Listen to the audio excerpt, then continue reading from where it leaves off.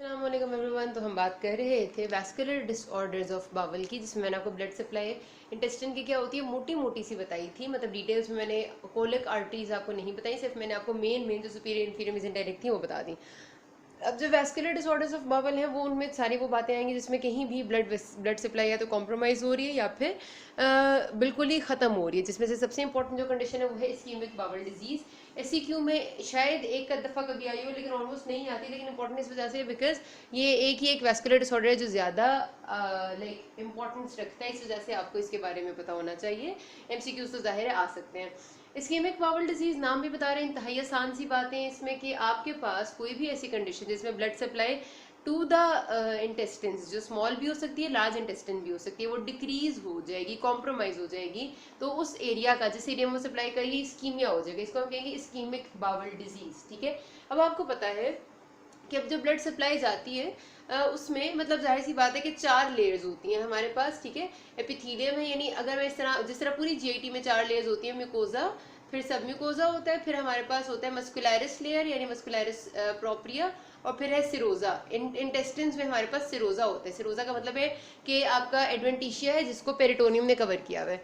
अब जब blood supply जाएगी तो 3 तरह से ये मैनिफेस्ट कर सकती है इस्कीमिक बावल डिजीज।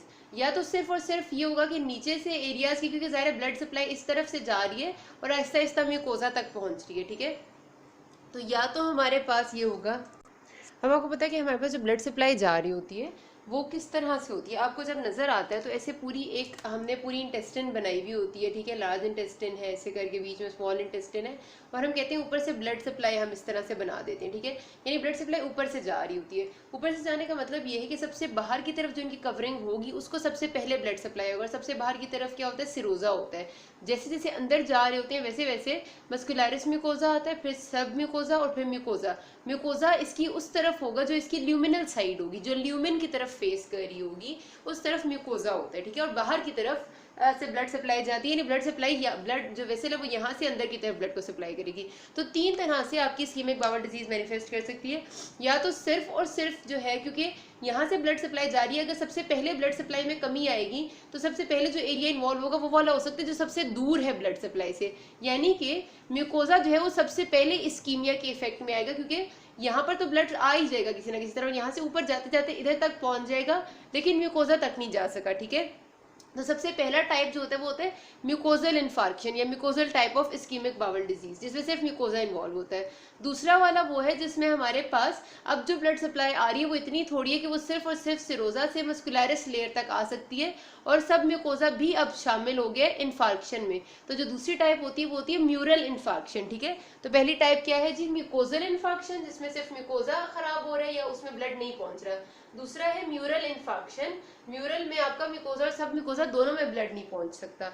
और तीसरा होता है जिसमें ब्लड सप्लाई बिल्कुल खत्म है और तीनों लेयर्स में या फिर चारों लेयर्स आपके चारों को नहीं पहुंच रही, उसको हम कहते हैं ट्रांस म्यूरल इन्फार्क्शन। सिरोजा को नॉर्मली ना ये लोग कंसिडर नहीं करते अ कंप्लीट लेयर कभी कभार। तो बेसिकली वो जब आपको टेक्स्ट में लिखा हुआ मिलेगा ना कि ऑल 3 लेयर्स को ब्लड सप्लाई नहीं पहुंची, तो उससे मुराद म्यूकोजा, सब म्यूकोजा और मस्कुलैरिस लेयर है, क्योंकि सिरोजा बेसिकली सिर्फ और सिर्फ एक कवरिंग लेयर होती है, इस वजह से वो उसको वैसे कंसिडर नहीं करते, वरना ये होती है। ठीक है, तो बहरहाल ट्रांसम्यूरल टाइप ऑफ इन्फेक्शन तब होता है जब इस्कीमिया इतना सवेयर है कि ब्लड सप्लाई कंप्लीटली खत्म है और तीनों लेयर्स यानी मस्कुलैरिस, म्यूकोजी, सब म्यूकोजा और म्यूकोजा तीनों को आपका ब्लड नहीं पहुंच रहा। ठीक है, तो इस टाइप को हम कहते हैं ट्रांसम्यूरल इन्फेक्शन। ये तीनों चीजें जो इस्कीमिक बावल डिजीज इनमें से किसी भी तरह की हो सकती है। अच्छा, फिर हमारे पास कॉजेज क्या है इसके? कॉजेज बहुत सारे हो सकते हैं। अब आप खुद सोचें कि इस्कीमिया है, लॉस ऑफ ब्लड सप्लाई है। अब लॉस ऑफ ब्लड सप्लाई तो बहुत सारी रीजंस की वजह से हो सकती है। सबसे कॉमनली अगर हम पहले आर्टरीज के डिसऑर्डर्स की बात करें, यानी जो वेसल्स के अपने डिसऑर्डर्स हैं, तो हो सकता है कि हमारे पास कोई एओर्टिक एनेरिज्म बना हुआ हो। एओर्टिक एनेरिज्म का मतलब है कि एओर्टा में किसी जगह पर डायलिटेशन हो जाती है। एओर्टा में जब डायलिटेशन होती है तो आपको पता है कि एओर्टा ही की एक ब्रांच थी, मेन ब्रांच, या ब्रांच तो नहीं, एओर्टा की ही जो नीचे की तरफ डिसेंड होता है जिसको हम एब्डोमिनल एओर्टा कहते हैं, और उस एब्डोमिनल एओर्टा में से ये सारी सीलिक ट्रंक और सुपीरियर मेसेंटेरिक और इन्फीरियर मेसेंटेरिक निकली थी।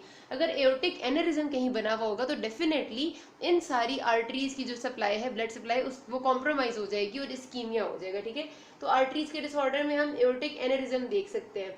अच्छा, उसके अलावा हमारे पास आप अपने जहन में खुद अगर लाते हैं ना कि कौन से ऐसे डिसऑर्डर्स हैं जिनसे ब्लड सप्लाई रिड्यूस हो जाती है, कोई भी ऐसी कंडीशन जिसमें ब्लड में कोएगुलेबिलिटी बढ़ी हुई हो, कोएगुलेशन ज्यादा हो जाए, ठीक है, कोएगुलेशन ज्यादा तब भी हो सकती है कि हमारे पास कोएगुलेशन फैक्टर्स ज्यादा बन जाए, और कोएगुलेशन ज्यादा तब भी हो सकती है जब ब्लड की विस्कोसिटी ज्यादा हो जाए, जब ब्लड जो है वो ज्यादा थिक हो जाएगा, जब जगह जगह रुकना लग जाएगा, स्टेसिस हो जाएगा, तब भी कोएगुलेशन ज्यादा हो जाती है। तो कोई भी कंडीशन जो हाइपर कोएगुलेबिलिटी करती है उस वो ब्लड सप्लाई को डिक्रीज कर देगी, ठीक है, उससे भी इस्कीमिया हो सकता है। उसके बाद हमारे पास आ जाएगा फीमेल्स जो ओरल कॉन्ट्रासेप्टिव्स इस्तेमाल करती हैं ना, ओरल कॉन्ट्रासेप्टिव्स जो आपकी हाइपर कोएगुलेबिलिटी कर देते हैं और सारा का सारा आपका जो ब्लड की सप्लाई में डिफरेंट एरियाज को जो हमारे पास एक बैलेंस मेंटेन होता है ना, वो ओरल कॉन्ट्रासेप्टिव्स की वजह से खराब हो जाता है, बिकॉज बहुत सारे मीडिएटर्स इनसे रिलीज होने लग जाते हैं, तो उसमें इस्कीमिया होने का खतरा बहुत बढ़ जाता है।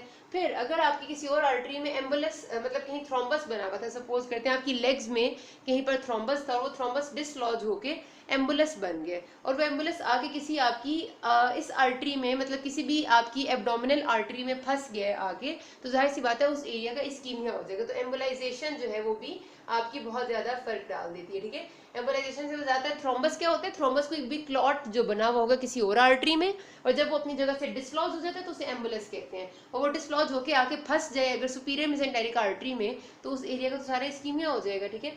अच्छा, उसके बाद हमारे पास अगली बात यह है कि आपका जो अगर हम बात करते हैं कि कोई ऐसी कंडीशन जो हार्ट ब्लड को पंप कर रहा है, वो पंपिंग ही डिक्रीज हो जाए, कार्डिक कंडीशंस, कार्डिक एरिथमिया है, ठीक है, कार्डिक एरिथमिया में नॉर्मल ब्लड सप्लाई नहीं रहती बिकॉज हार्ट फड़फड़ाने लग जाता है। उसके अलावा शॉक की कंडीशन, शॉक की कंडीशन में हार्ट बिल्कुल ही बंद हो जाता है, हार्ट फेलियर की कंडीशन, या फिर आप ये कह दें कोई भी ऐसी कंडीशन मतलब आपका कार्डिक टेम्पोनार्ड है या कुछ ऐसा हुआ है जिसमें आपका हार्ट जो है वो पूरा ब्लड पंप ही नहीं कर पा रहा, तो डेफिनेटली उसमें भी आपका बावल इस्कीमिया हो जाता है, ठीक है। तो ये हमने दूसरा ग्रुप बना लिया। पहले ग्रुप में हमने एओर्टिक एनेरिज्म, हाइपरकोएगुलेबिलिटी, एम्बुलाइजेशन किया था, दूसरा हमने कार्डिक डिसऑर्डर्स का एक मेजर ग्रुप कंसिडर कर लिया।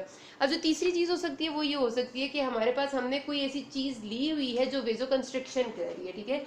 वेजो कंस्ट्रिक्शन जो होगी आपकी, वो भी जाहिर सी बात है कि ब्लड वेसल्स को, ल्यूमिन को डिक्रीज करके ब्लड सप्लाई को डिक्रीज करेगी। वेजो कंस्ट्रिक्शन किस वजह से हो सकती है, वेजो कंस्ट्रिक्शन आपके हो सकता है कि ब्लड वॉल्यूम डिक्रीज हो गया और जो हमारे मेजर ऑर्गन्स है यानी हार्ट और ब्रेन है, सारा ब्लड उनकी तरफ डायरेक्ट हो गया, बाकी सारी जगह वेजो कंस्ट्रिक्शन हो गया, तब भी ये मसला हो सकता है हमारा वेजो कंस्ट्रिक्शन वाला, मतलब सही हो सकता है। उसके अलावा हो सकता है कि कोई ऐसी ड्रग ली हुई हो जो वेजो कंस्ट्रिक्शन कर रही है, सिस्टमिक वेजो कंस्ट्रिक्शन, या फिर हो सकता है कोई ऐसे मीडिएटर्स बॉडी में रिलीज हो रहे हैं, एलर्जिक तो है, वेजोडाइलेटर्स होते हैं, लेकिन कोई भी जो वेजो कंस्ट्रिक्शन करता है तो देयर आर मल्टीपल रीजंस, ठीक है।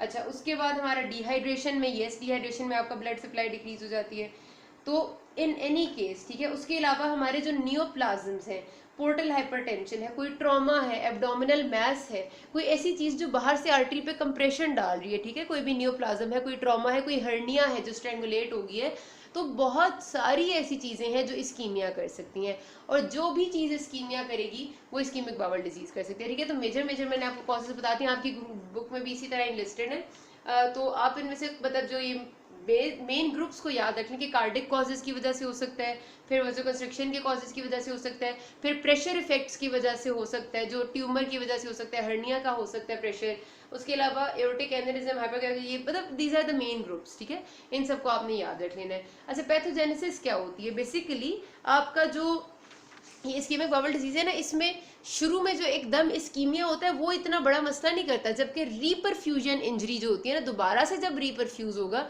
वो ज्यादा बड़ा मसला करती है। वो किस तरह से मसला करती है, दो तीन चीजें जो है ना वो डिटर्मिनेंट है कि हमारा कितना हद तक डैमेज होगा। सबसे पहली चीज के किस किस हद तक वेसल कॉम्प्रोमाइज हुई है, कितना ज्यादा वेस्कुलर डैमेज है और कितना इस्कीमिया है, ठीक है, मतलब ये कि एग्जैक्टली वेसल को कितना डैमेज हुआ है कि पूरी मेजर वेसल ब्लॉक हो गई है या फिर कोई छोटी वेसल ब्लॉक हुई है। दूसरा हमारे पास क्या चीज होती है कि कितना टाइम हो गया वेसल को ब्लॉक हुए हुए, ठीक है, पहली चीज कितनी वेसल हुई है, फिर कितना टाइम हो गया, और तीसरी चीज़ के जो वेसल इफेक्ट हुई है वो मेजर वेसल थी या कोई माइनर वेसल थी। तो वही मतलब बात है हमारे पास कि ये तीन मेजर चीज़ें डिटर्मिनेंट हैं कि हमारा इस्कीमिया कितना मैनिफेस्ट करेगा। ठीक है, अब आपको मैं बताऊं कि मैं कही थी कि हमारे पास दो चीज़ें होती हैं पैथोजेनेसिस में, एक इनिशियल हाइपोक्सिक इंजरी होती है, एक reperfusion injury. Initial hypoxic injury क्या होगी कि एकदम से ब्लड वेसल ऑक्लूड हुई आपकी और उस जगह पर बिल्कुल भी ब्लड नहीं आ रहा। ब्लड नहीं आ रहा तो मतलब ऑक्सीजन नहीं आ रहा उस जगह के पास ऑक्सीजन और न्यूट्रिएंट्स नहीं आ रहे, तो एकदम से वहां पर इंजरी होनी चाहिए। लेकिन जो इनिशियल हाइपोक्सिक इंजरी है वो कभी भी बहुत ज्यादा नहीं होती, क्योंकि थोड़े से देर के लिए ऑर्गन को आदत होती है कि वो ट्रांजिएंट ब्लड लॉस को सह सके, वो बर्दाश्त कर सके। ठीक है, तो थोड़ी देर के लिए वो ऑर्गन बर्दाश्त कर लेता है। लेकिन फिर प्रॉब्लम क्या होती है कि जब वो ऑर्गन थोड़ी देर के लिए तो बर्दाश्त कर गया, सेकंड फेज क्या स्टार्ट होता है हमारे पास कि उस जगह पर ब्लड सप्लाई नहीं थी, एकदम से देखा बाकी एरिया ने कि यार यहाँ तो ब्लड सप्लाई नहीं है, कोई कोलैटरल डेवलप हुई या फिर कोई और चीज़ आने की, किसी और चीज़ ने आके उसको दोबारा से ठीक करने की कोशिश की। लेकिन अब प्रॉब्लम ये होती है कि जब दोबारा से वहाँ पर रीपरफ्यूजन एस्टेब्लिश होती है और कोई और चीज़, कोई और ब्लड सप्लाई आके उसको ठीक करने की कोशिश करती है, तो अब जो ब्लड आ रहा है वो डेफिनेटली नॉर्मल ब्लड नहीं होगा, क्योंकि अगर एक एरिया ऑक्लूड हो गया तो ब्लड में एकदम से एक इन्फ्लेमेटरी कास्केड जनरेट होता है, क्योंकि वहां पर ब्लड सप्लाई जब नहीं आती तो वहां पर एकदम से बॉडी को एक्टिवेशन होती है कि यार यहाँ पर क्या मसला है कि ब्लड नहीं आ रहा। वो एकदम से इन्फ्लेमेटरी मीडिएटर्स रिलीज करते हैं, वेज़ोडाइलेटर्स रिलीज करते हैं, न्यूट्रोफिल्स रिलीज करते हैं और बहुत सारे ऐसे मीडिएटर्स जो कि डैमेजिंग इफेक्ट रखते हैं। तो जो अब ब्लड आएगा रीपरफ्यूज करने के लिए, उस एरिया को दोबारा परफ्यूजन देने के लिए, वो fill with neutrophils, inflammatory mediators, damaging cytokines, interleukins, इन सब के साथ आएगा। अब ये चीजें जब उस जगह पर आती हैं तो ये चीजें डैमेज वहां ज्यादा कर देती हैं और रीपरफ्यूजन का फायदा नहीं रहता। ठीक है,